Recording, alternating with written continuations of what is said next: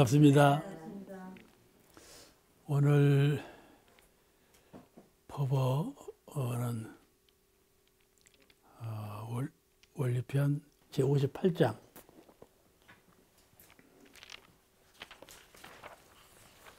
같이 읽으십니다. 말씀하시기를 소중한 인연의 두 가지가 있나니 혈연과 법연이라. 혈연은 육친의 가족이요 법연은 법의 가족이니 혈연과 법연이 다 소중하나 영생을 놓고 볼 때에는 혈연보다 법연이 더 소중하나니라. 또 말씀하시기를 공부하는 동지라야 연급의 동지가 되나니 일지적인 사업이나 이해만으로 맺은 인연은 풀어지기 쉽나니라. 풀어지기 쉬워. 풀어지기 쉬운 것 맞죠? 이제 그런데 그 다음에는 법연이요. 이제 혈연은 이 모양이에요. 그죠? 혈연은 참 좋은 것은 좋은 것이지만은 굳은 거를 보면 굳다 그 말이에요. 그 다음에 법연은 우리가 법연을 한번 생각해 보자 그 말이에요. 어째서 법연이 혈연보다 더 중요한가 그 말이죠. 가만히 자기가 자기를 생각해 봐봐. 내가 법연을 더 중요히 알고 있는가? 혈연을 더 중요히 알고 있는가? 뭐 저울질 해봐요. 딱 하는 데가 있어. 그러죠? 그러니까 어디가 더 중요하구나 이렇게 답변을 못해. 실지가 이런 것을. 그러니까 오늘 법사님께서 말씀하신 법연이 더 중요하다 하는 것을 초점을 맞춰서 우리가 이 생각을 바꿔야 돼. 법연이라는 것은 불법으로 인연을 맺어진 스승과 제자 관계죠. 또는 동지 관계예요.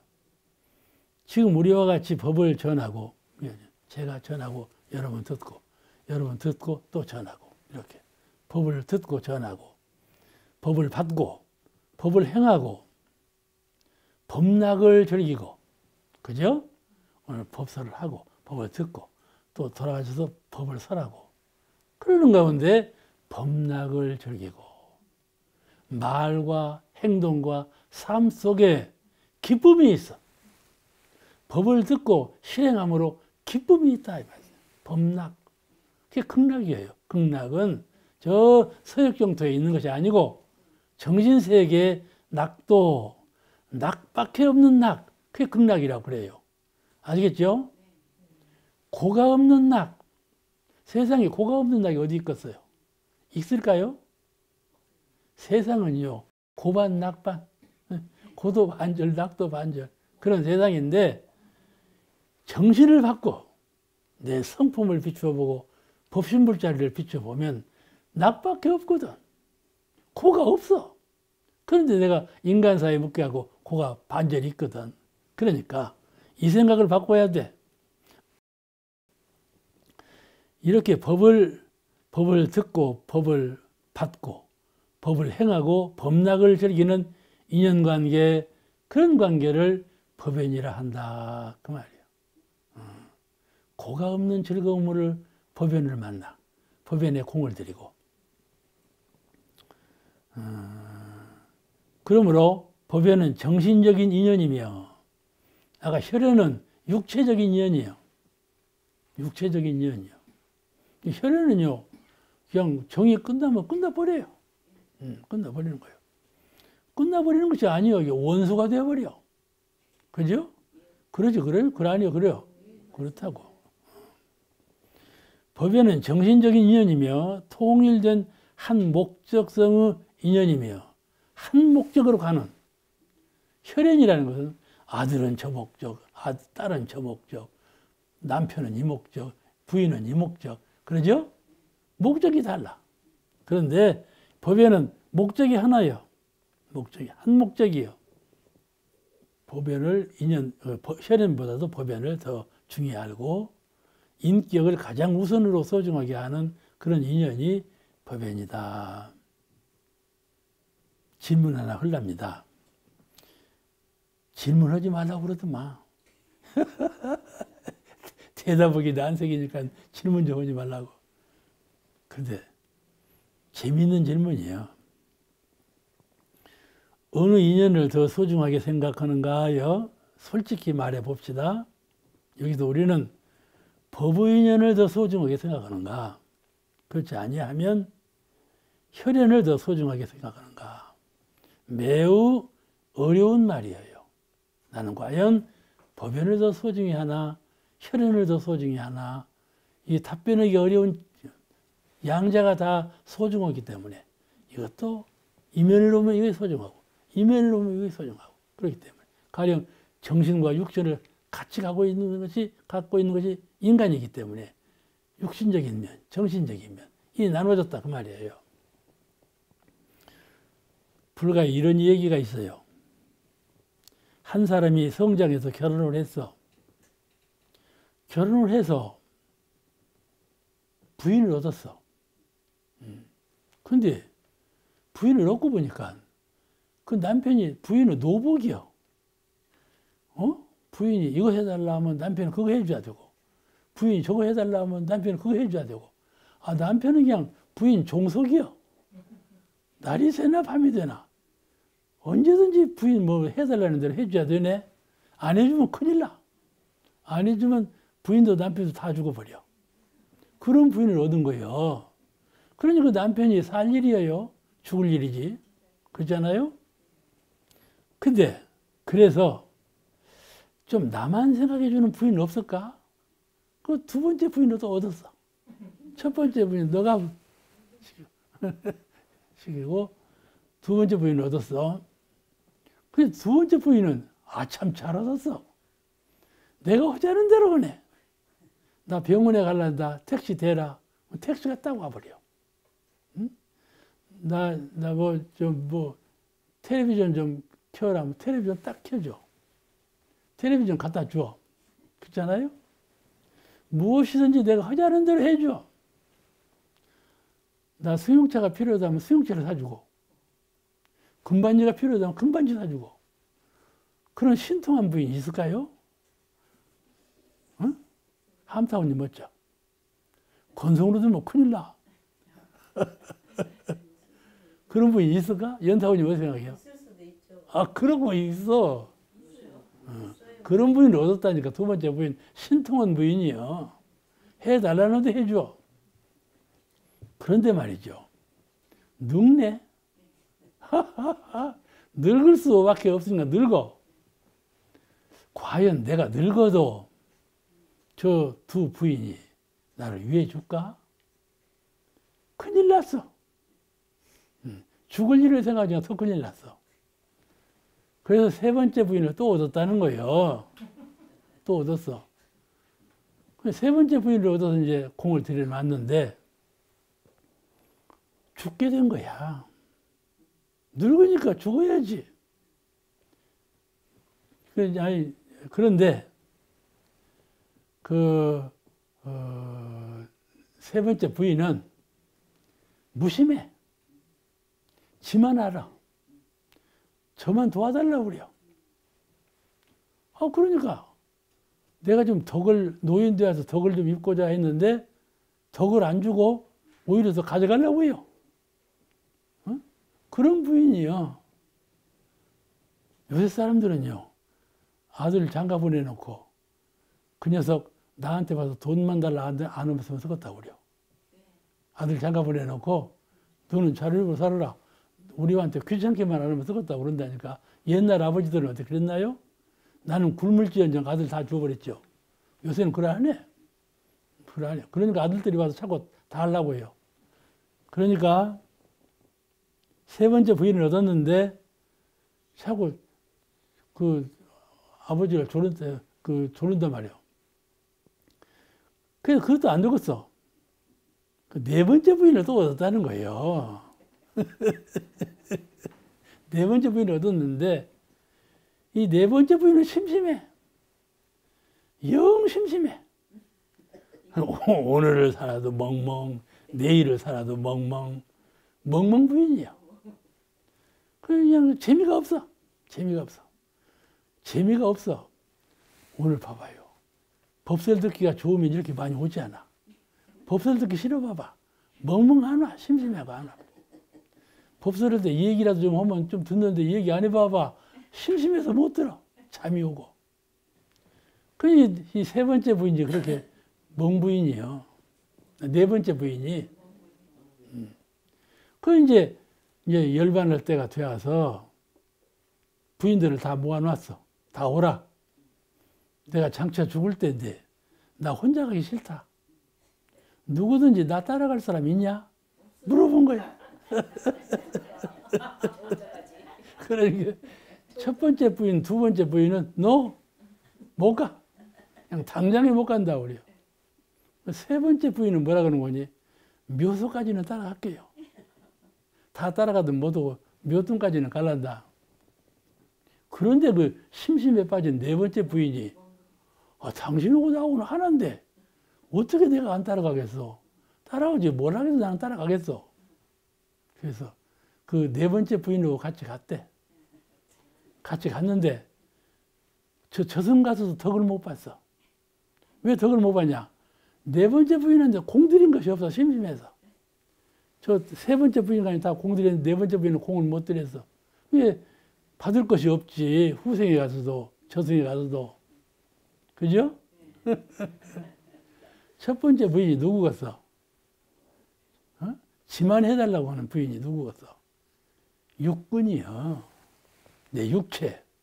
사람이 인간계에 와서 육신을 얻었어. 처음에 육신을 사랑으로 얻었다니까. 그죠? 첫 번째 부인이 내 육신이요. 그 두 번째 부인은 내가 누구겠어? 두 번째 부인은 나 허라는 대로 해주는 부인은 재물이요. 돈이 있으면 허자는 대로 한다니까. 그잖아요? 재물을 죽게 재물을 벌어. 그 다음에 세 번째 부인은 자녀지, 자녀. 자녀는 몇 돈까지만 가지. 여기다 이제 사내께 들어오고 신혼 입고 몇 돈까지는 울면서 살아와. 저승까지 같이 갈 부인은 네 번째인데, 그건 누구요? 대답해 봐봐. 마음이요. 성품도 맞아. 성품도 맞아. 마음이요. 근데 마음은 공을 안 들여가지고, 공을 안 들여서 저승에 가서도 도움을 못 받았다. 그 말이에요. 그럼 쓰겠어? 그죠? 그게 뭐가 주가 돼야 할까요? 그렇지요. 그런 우리가 법연. 이 법연이 바로 내 마음의 방향을 세워주고, 내 마음에 무엇이 더 근본인가를 깨닫게 해주고, 적공할 때 무엇에 적공할 것인가 방향을 세워준다 그 말이죠. 그런 법연을 우리가 잘 갖고 살아야 되지 않겠어요? 그래서 본문에 이런 말씀이 나와.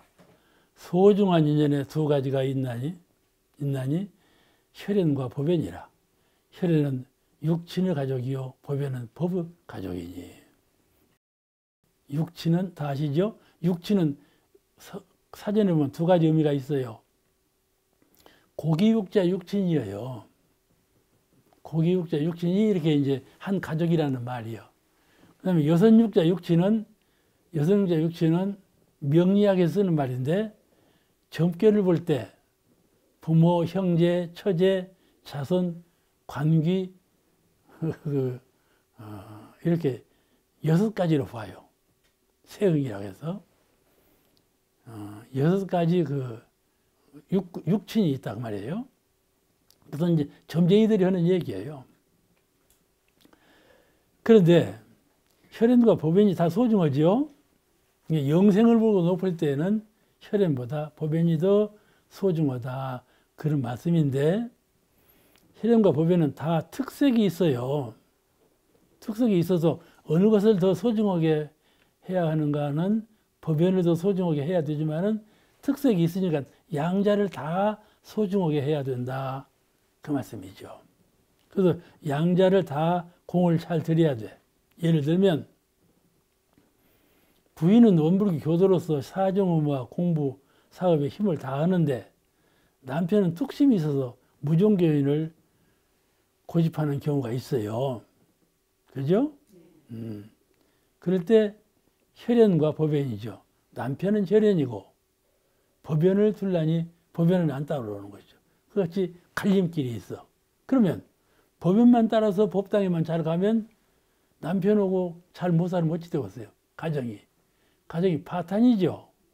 그러니까 남편에게 무종교인인 남편에게도 공을 잘 들여야 되고 법당에 가서 마음 공부도 진리 공부도 잘해야 되고 그러지 않아요? 이 조화를 어느 것 하나를 버리지 말고 잘 공을 들이라 그 말씀이에요. 어떤 분은요, 남편 보고 자꾸 교당으로만 안 나고 들볶다가 이혼한 사람이 있어요. 응? 아시겠죠? 두 가지 다 소중하니까 공을 다 드리는데 더 소중한 것은 법연이다 이 말이에요. 어리석은 사람은요, 그걸 매우 싫어해요. 그래가지고 언쟁이 일어나. 그리고 항상 마음이 편치 않아. 억지 삶을 사는 것이죠. 그런데 그 반대로 지혜로운 사람은 그렇지 않아요. 기회 있을 때마다 신앙을 권유해. 그렇지만 남편에게 신앙을 권유해. 안 되지만 권유해. 그것이 본심이에요. 그것이 법연을 중요하는, 혈연보다 법연을 더 중요하는, 둘 다 소중하지만 그 중에 법연을 더 소중히 하는 그런 심리예요. 항상 법의 인연 맺기를 권유한다. 잊어버리지 않아요. 그렇게 되나요? 얼마간 살다가 포기해버려요. 한두 번 하다가 안 되면 포기해버리죠. 근데 공들인 사람은 그렇지 않아요.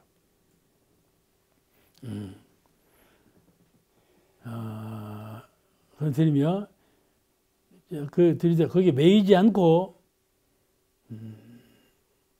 가령 예를 들면, 하늘과 땅이 있는데, 하늘은 하늘로 하는 일이 있고, 땅은 땅의 일이 하는 일이 있잖아요. 둘이 서로 할 일이 다 반이하게 달라요. 그래서 하늘 없이 땅 없이 살 수 없잖아요. 조화를 이루며 사는 것이죠. 이 법연과 혈연이 그와 같은 관계예요. 둘이 다 양자가 다 필요한 것인데 하늘과 땅을 양자가 똑같죠. 그렇지만 주가 어디예요? 하늘이죠. 그렇잖아요? 어느 도인이 깜깜한 밤에 제자들하고 같이 가다가 지금 바로 답을 일러 오라. 이 깜깜한 소식을 누구든지 말해보라. 그랬단 말이에요, 제자들한테. 한 제자가 발밑입니다. 그렇게 대답을 했어. 발밑. 발밑은 뭐예요?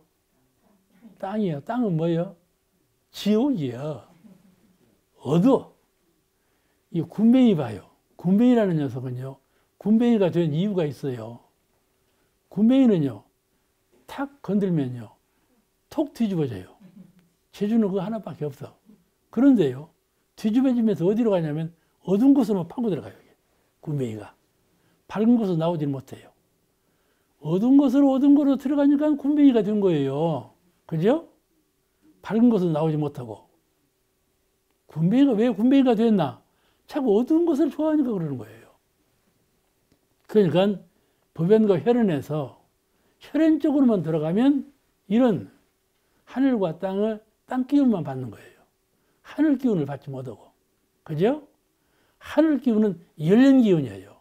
한계가 없어요. 텅 비고 열리고 하늘 기운은 밝은 기운이고요. 그러지 않아요? 이 땅은 은혜로운 기운이죠. 은혜로운 기운이에요. 그러니까 우리가 정신과 육신을 받을 때 육신은 은혜로 살고 정신은 빛으로 살아요. 광명. 그러니까 이 두 인연을 소중하게 알고 공을 들이되 이렇게 하자 그 말이죠. 또 말씀하시기를 시간이 다 됐는데요. 말씀에 공부하는 동지라야 영겁의 동지가 되나니 일시적인 사업이나 이해만으로 맺어진 인연은 풀어지기 쉽나니라. 마음 공부하는 인연은 영생을 함께하는 인연이죠. 또 혈연과 법연 간에 마음을 공부하는 인연이라야 되지 않겠어요? 그 말씀이에요. 혈연과 법연 간에 마음을 공부하는 인연이 되자. 원리편 제일 마지막 장 59장을 강의하겠습니다. 59장 먼저 한번 읽으시겠습니다. 같이 한번 읽으실까요? 59. 말씀하시기를 이치에 통달하고 망님이 없어지면 이것이 곧 다시 없는 낙원이지 처지에 편안하면 몸에 욕됨이 없고 원리를 미리 알면 마음이 항상 한가하리라.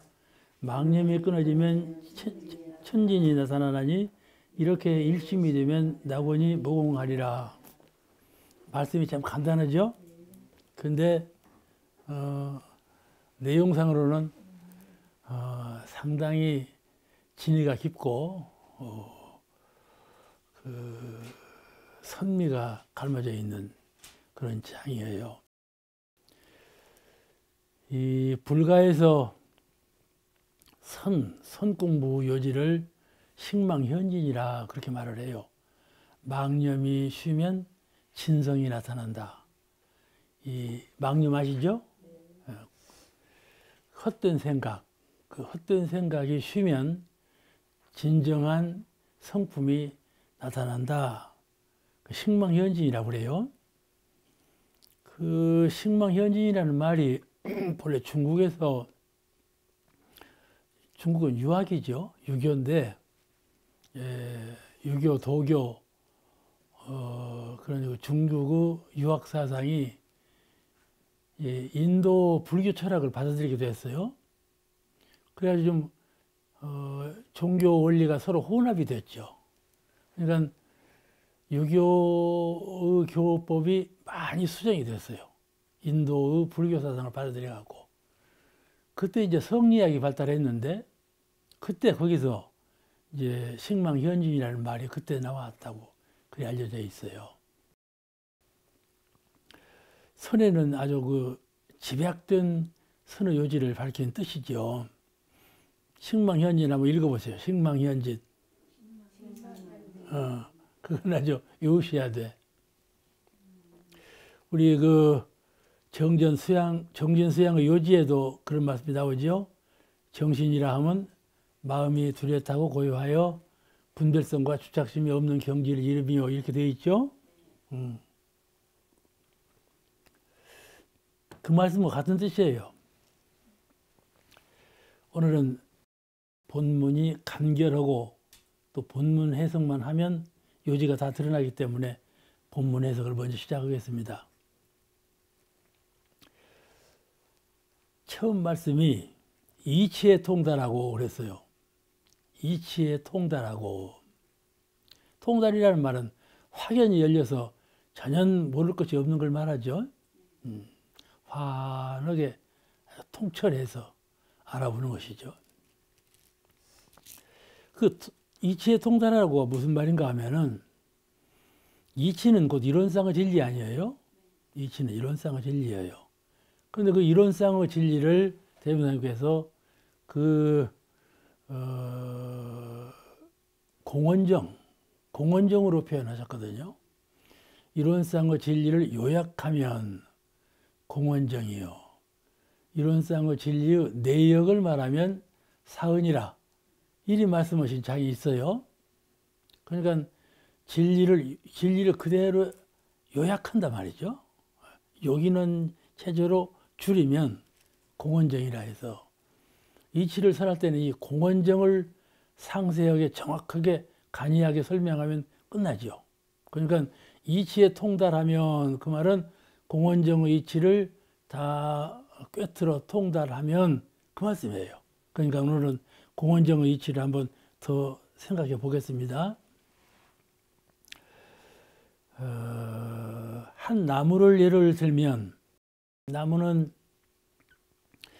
그 뿌리가 있죠. 뿌리가 있고 또 뿌리에서 줄기가 올라오죠. 줄기에서 잎이 피고 해서 잎과 줄기와 뿌리가 이 삼합이 되어 가지고 한 나무를 형성하지 않아요? 나무를 형성해요. 그러면 그 뿌리와 줄기와 잎, 이 삼합이 돼서 나무 요제가 되는 것처럼 이론상은 공원정 이 세 가지 원리가 삼합이 돼서 한 진리를 이뤘다 그런 말씀 같아요. 그런데 그러니까 진리를 요약하면 공원정이라 그 말씀은 이 나무를 요약하게 설명한다면 뿌리, 줄기, 잎이다. 그렇게 설명할 수가 있어요. 그죠? 뿌리, 줄기, 잎 중에 하나만 없으면 나무가 살들 못해요. 성경 가치가 없어지지 않아요? 그러면 이론상은 내역은 사은이라. 그 말씀은 무슨 말씀인가? 이것도 나무에 비유하면 나무는 감나무, 밤나무, 매실나무, 수도 없는 나무 종자가 있잖아요. 하나의 나무로 만들어졌다 말씀이죠. 그죠? 그렇듯이 천지만유도 이론상이 천지를 만들고 부모를 만들고 동포를 만들고 법률을 만들었다 그 말이죠. 하나의 완성체를 개체적으로 서로 다른 완성체를 이렇게 만들었어. 그죠? 그것과 같아요. 그런 원리와 같은 뜻으로 이론의 진리를 요약하면 이론의 내역을 말하면 이렇게 그 공원정은 사막이죠. 사막이 공원정에서 나왔어요. 그런 원리를 밝히신 것이에요. 그러므로 이치에 통달한다는 말은 이론상의 진리에 통달한다 그런 뜻이죠.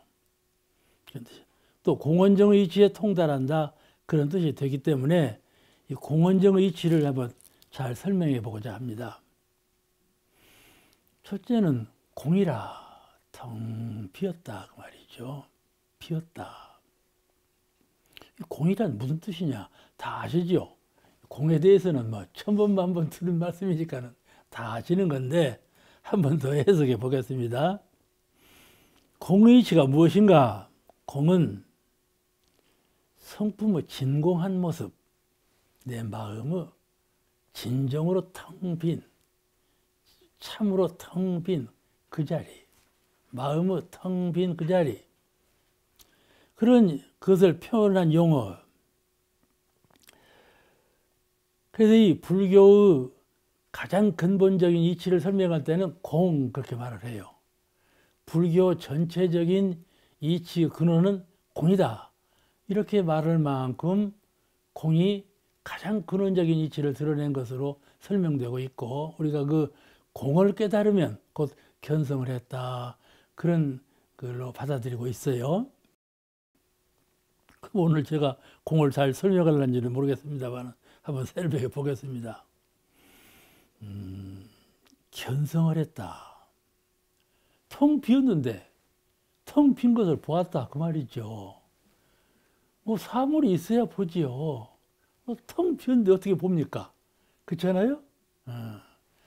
보았다 그거는 깨달았다 그 말이에요. 아, 텅 비었구나. 깨달았다. 볼견자 이건 깨달을 각자하고 같은 뜻이에요. 각은요 탁 보는 거예요. 생각하는 것이 아니에요. 각은 생각해서 추리적으로 이것이다 저것이다 분별하는 것이 각이 아니에요. 각은 탁 보는 거예요.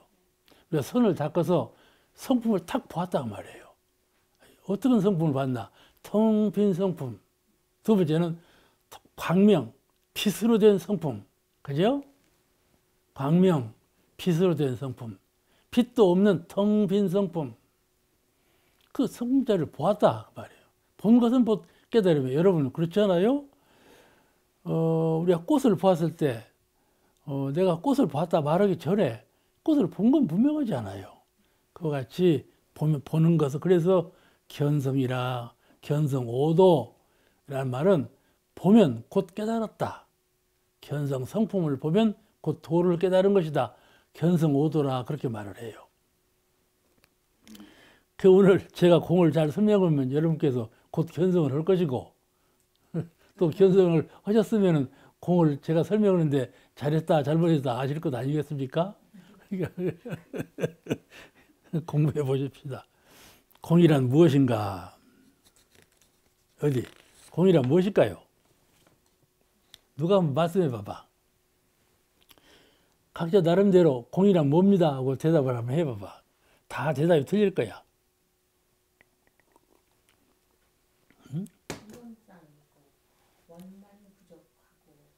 원망부족 이론상도 다 비워버렸는데 원망부족 이론상이 다 비워버렸어. 예. 원망부족 이론상이 지금 무엇을 통해서 말했나요? 생각을 통해서 말했죠. 어? 이론상 이거 생각을 통해 말한 거고 원망부족 이것도 다 생각으로 말한 거죠. 생각이 비어버렸는데 어떻게 말할 수 있을까요? 그죠? 생각이 비어버렸으면 말할 수가 없죠. 생각하는 분별심, 그게 비었다 그 말이에요. 그럼 이 세상이 천지 만물이 다 공허다, 비었다고 가르치지 않았어요? 그럼 비었습니까? 연상은 였죠. 천지 만물이 비었어, 안 비었어? 꽉 짜복 찼지. 근데 왜 비었어? 근데 비었다고 그거든? 그러면 무엇이 비었을까요? 생각이 비었다. 이 분별하는 식심이 비었다 그 말이에요. 그죠? 분별하는 식심이 비면 천지가 다 비어버린 거예요. 그렇잖아요? 내가 한 생각을 거둬버리면 천지가 없어요. 그런 것을 표현한 것이에요. 생각하는 분별심이 없어지면 그에 따라서 무엇이 생각해봐봐. 생각하는 분별심이 없어지면 그에 따라 무엇이 없어질까요? 분별심이 없어지면 세상에서 무엇이 없어져? 생각하는 마음이 없으면 무엇이 첫째 없어질까? 그것도 막 생각나는 대로 말해봐봐. 예? 우세를 뽑자고 말해봐봐. 첫째, 나가 없어져. 생각을 비워버리면 내가 없어. 그죠? 나가 없어져. 그게 무아라고 그래요. 또, 둘째는 하늘과 땅이 없어지고, 부모도 없고, 통보 범죄이 다 없어지잖아. 사언이 다 없어져. 내가 없고, 그걸 아공, 법공 그래. 아공, 내가 없다. 내가 비었다. 생각하는 분별심이 없으면 아공, 먼저 내가 없어. 법공, 천지 만물이 없어. 불교에서는 법이라고 그래요. 만법 귀의를 하듯이 온 사물을 말할 때 만법 그렇게 말을 해요. 법이라고 그래요. 그러니까 법공, 법이 비었다. 그 다음에 또 무엇이 비었을까? 말해봐봐. 내가 비고 천지 만물이 비고 온통 비어버렸어. 자, 무엇이 남았을까? 성품이 남았어. 비었다고는 생각이 남았단 말이야. 그러잖아. 온통 비었구나. 그것도 생각하는 것이잖아. 그러죠? 그 이것을 공역공 그래요. 공이라고 생각하는 그 생각. 공이라고 생각하는 그 생각도 비었다. 공이 또한 비었다. 공역공. 그러죠? 아공, 법공, 공역공. 이게요. 그래야 빈자리를 본다. 그렇게 전해져 오고 있어요. 아공, 법공, 공역공. 생각이 없으면 나도 없고 만법도 없고 공이라는 생각도 없다. 그런 뜻이에요. 그렇다면 부처님은 생각이 있나요? 없나요? 우리 대종사님은 생각이 있는 양반이에요? 없는 양반이에요? 없기도 하고 있기도 하고 그냥 틀리지 않으려고 애를 쓰는 막 그렇죠? 있기도 하고 없기도 하고 그러죠? 대답을 잘했어. 생각이 있으니까 부처님이지. 대종사님이 생각이 없어 봐봐. 어떻게 부처님이 되었겠어? 말씀을 하시니까 부처님이시라고는 알고. 그렇죠? 그렇지. 이 생각이 있는 부처님, 이분을 생불이라 그래요. 생불. 이분을 활불 그래요. 생각이 있는 부처님, 살아계시는 부처님. 살아계셨다는 말은 생각이 있다는 말 아니에요. 생각이 없으면 송장이지. 활불, 생불. 그죠? 이렇게 말을 해요. 부처님은 공도리를 깨달으셔서 아무것도 빈 건데, 그 빈자리에서 교화를 위해서 말씀을 하셨어. 그래 부처님이 되셨어. 빈자리에 그대로 그쳐 계시면은 부처님이 아니셔. 그러죠? 빈자리에는 부처님도 없어. 근데 말씀을 하셔. 그러니까 부처님이 되셨어. 그죠? 그를 생불, 활불, 그런다. 그 말이에요. 이와 같이 부처님의 생각은 중생들의 분별심과는 다른 생각이요. 중생들의 분별심은 보는 대로, 생각나는 대로 생각하는 것이 중생심이고, 부처님의 생각은 그와 같지 않아. 성품을 떠나지 아니하고 생각하는 거. 아시겠죠? 성품으로 보아 생각하는 거, 그 생각이에요. 그런데 중생은 물상으로 이 몸에 끌리고 사물에 끌리고 끌리는 대로 생각하는 것이 중생 생각이고, 부처님은 몸에 끌리지 아니하고 천지 만물에 끌리지 아니고 아공, 법공, 공역공, 그렇게 텅 빈 그 자리에서 생각한다 그 말이에요. 알겠죠? 그런 생각이에요. 그러니까 중생의 생각과 부처님의 생각은 영 다르죠. 우리가 생활하다가 문득 딱 그쳐.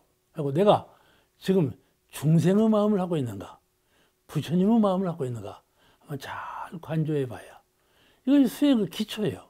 언제든지 딱 멈춰서 내가 지금 중생으로 있는가, 부처로 있는가, 내가 생각하는 이 생각이 어느 방향으로 향하고 있는가, 이걸 딱 점검하면 내가 부처의 길을 가고 있는가, 중생의 길을 가고 있는가 딱 안단 말이에요. 누구한테 물을 것이 없어. 자기가 자기를 보면 알아. 그렇지 않아요? 그래서 늘 해탈하는 거예요. 그래 늘 자기가 자기를 깨우쳐서 해탈을 해. 해탈. 자꾸 그 틀을 벗어나. 틀을 탁 벗어나. 원로원에 느티나무가 있는데 말이죠. 이 봄이 되면요, 나무 껍질이 다 막 우글우글 벗겨져 버려.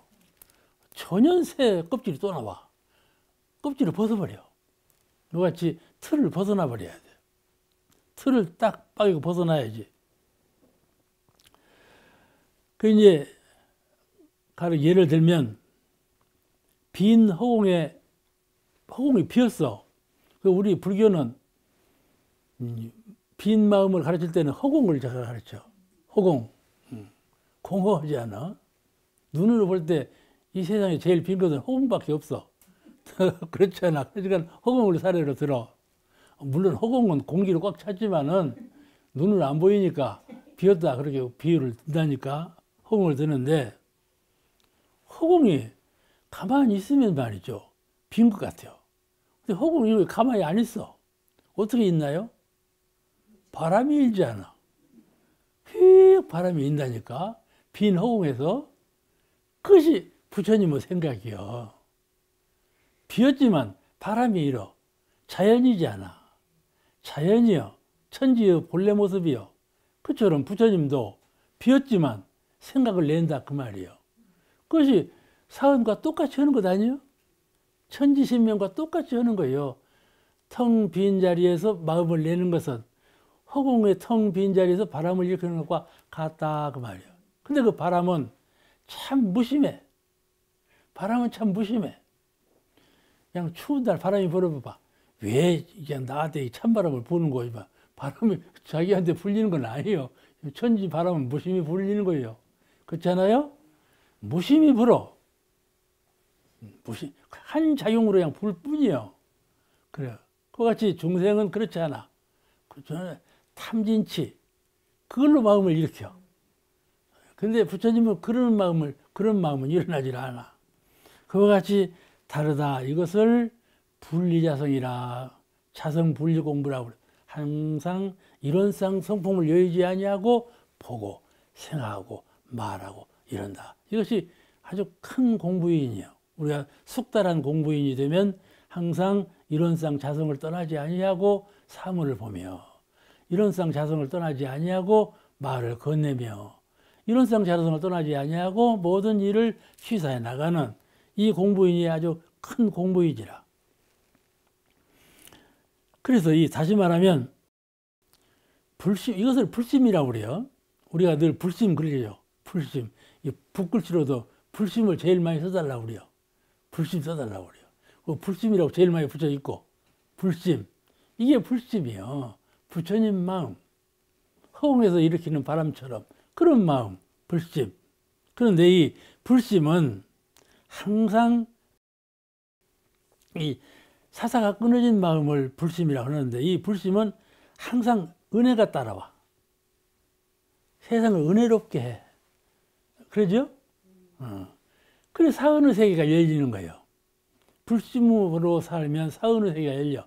그러니까 우리가 가정에서 혹은 남편으로 혹은 부인으로 혹은 아들로 혹은 딸로 불심을 가지고 생각하고 행동하면 그 가정이 사은의 은혜 가정이 된다 이 말이에요. 그렇죠? 이 세계가 은혜 세계가 돼야 항상 누구나 불심을 가지고 생활을 하게 되면 은혜 세계가 화연된다 그 말이죠. 이 불심 이것이 사막이요. 수양, 연구, 취사로 세 가지 마음의 작용을 딱 합일시켜 가지고 내는 마음 그것을 불심이라 한다. 불심은 사막이고 이 은혜 세계의 은혜는 사은이고 그러니까 은혜도 말이죠. 네 가지로 구별해 놨지만은 본래 구별할 수가 없는 거예요. 그냥 은이요, 은. 은혜 덩치요, 그냥. 이런 쌍처럼, 이런 쌍의 하나이신 것처럼 은혜도 하나이셔. 그것을 천지, 부모, 동포, 법률로 사실적으로 나누는 것이 이제 사은이 되는 것이죠. 이와 같이, 불심으로 천하 만물을 대하면 사은신, 천지, 부모, 동포, 법률을 불공의 대상이 되죠. 가령, 중생심으로 천지 만물을 보면 그도 천지, 부모, 동포, 법률이요. 지금 이 세상 사람이 천지 만물을 볼 때에도 천지, 부모, 동포, 법률이라니까. 그런데 부처님께서 천지, 부모, 동포, 법률을 보면 어떻게 바뀌냐면 부처님은 천지은, 그죠? 부모은, 동포은, 법률은 사은으로 바뀐다 이 말이에요. 중생들은 사은으로 보지 않아. 천지를 보되 천지로만 보고 부모를 보되 부모로만 봐. 은으로 보지 않아. 은으로 보는 것이 불심이고 은으로 봄으로써 작용함으로써 은혜 세계를 이루어간다. 우리가 관점을 바꿔야 돼. 첫 번째 나오는 마음 독한 마음이요. 왜 독하냐? 이 육군에 딱 걸려 있어. 우리가 정신없이 살다가 보면요. 항상 이 육군에 걸려 있는 거야, 마음이. 이제 그걸 딱 멈추고 이론상 성품으로 돌아가서 마음을 새로 내면 다른 마음이 나오죠, 이제. 그래서 그런 불심으로 돌이킨 마음의 상대는 불공의 대상이다. 불공의 대상이요. 그 사은은 불공의 대상이에요. 그게 신학문에 있어요. 신학문에. 사은, 불공의 대상. 우리가 이와 같은 관점에 의해서 이 공원정을 이해하시면 좋아. 그러므로 진정한 공의 뜻은 우리 마음속에 뿌리를 내린 사심을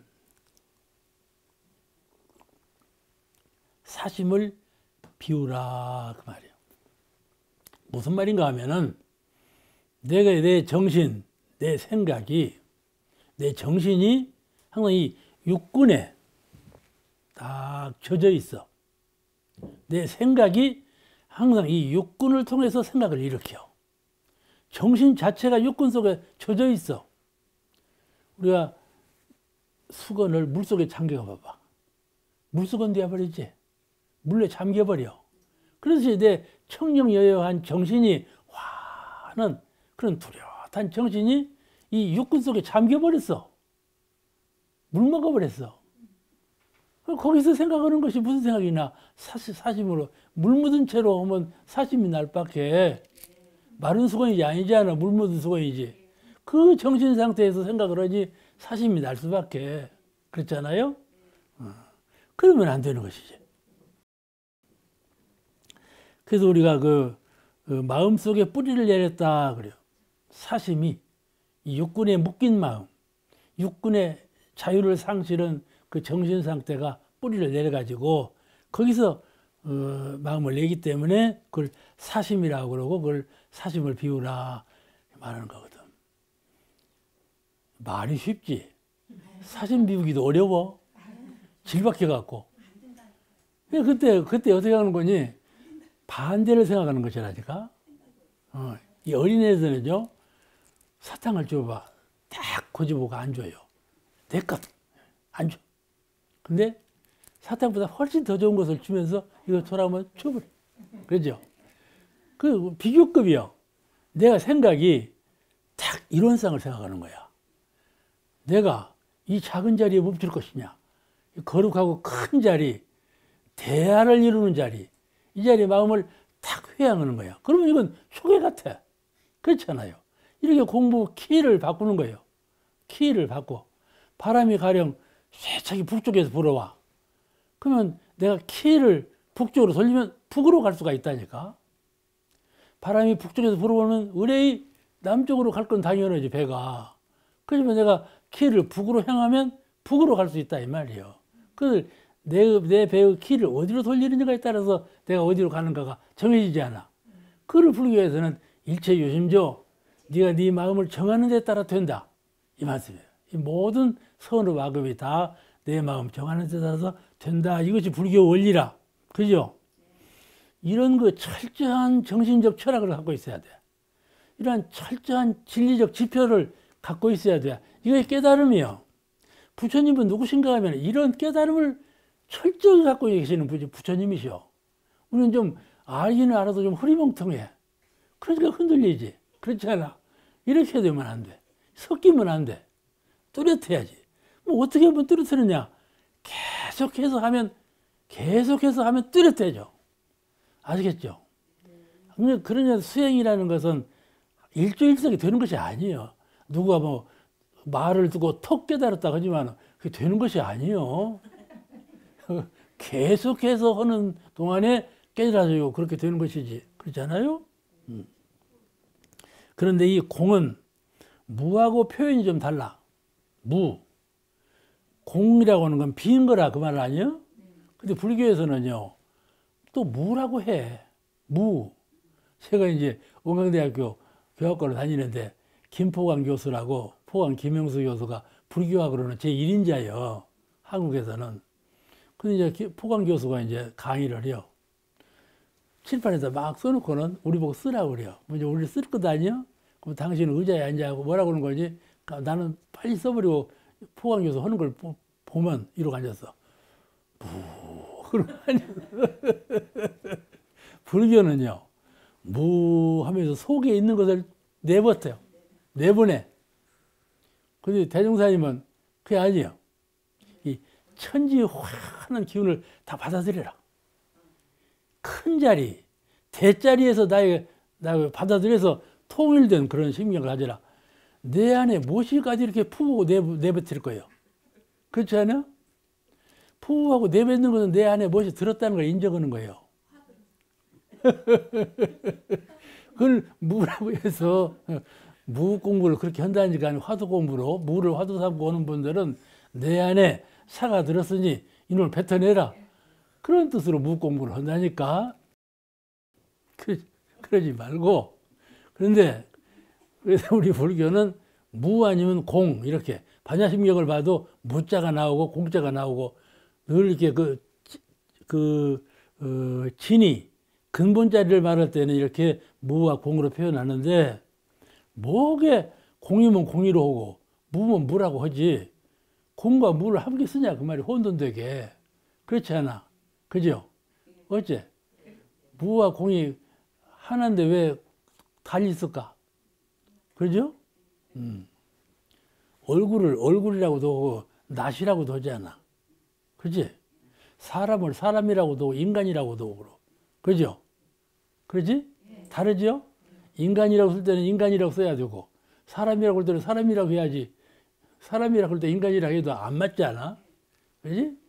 이렇게 좀 뉘앙스가 달라. 이 공도 무도 같은 거예요, 사실은. 무하고 공은 같은 뜻이요. 알죠? 그런데 그 쓰임새가 달라. 그래서 그럼 쓰임새가 어떻게 다르냐?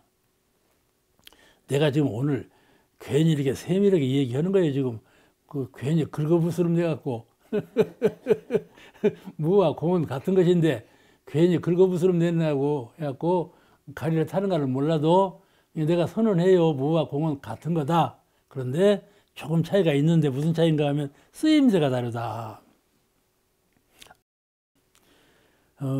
구별하는 자리에서 본다면은, 예를 들면 누가 억울한 일을 당했어. 속이 상해. 억울한 일을 당하면 속 상하죠.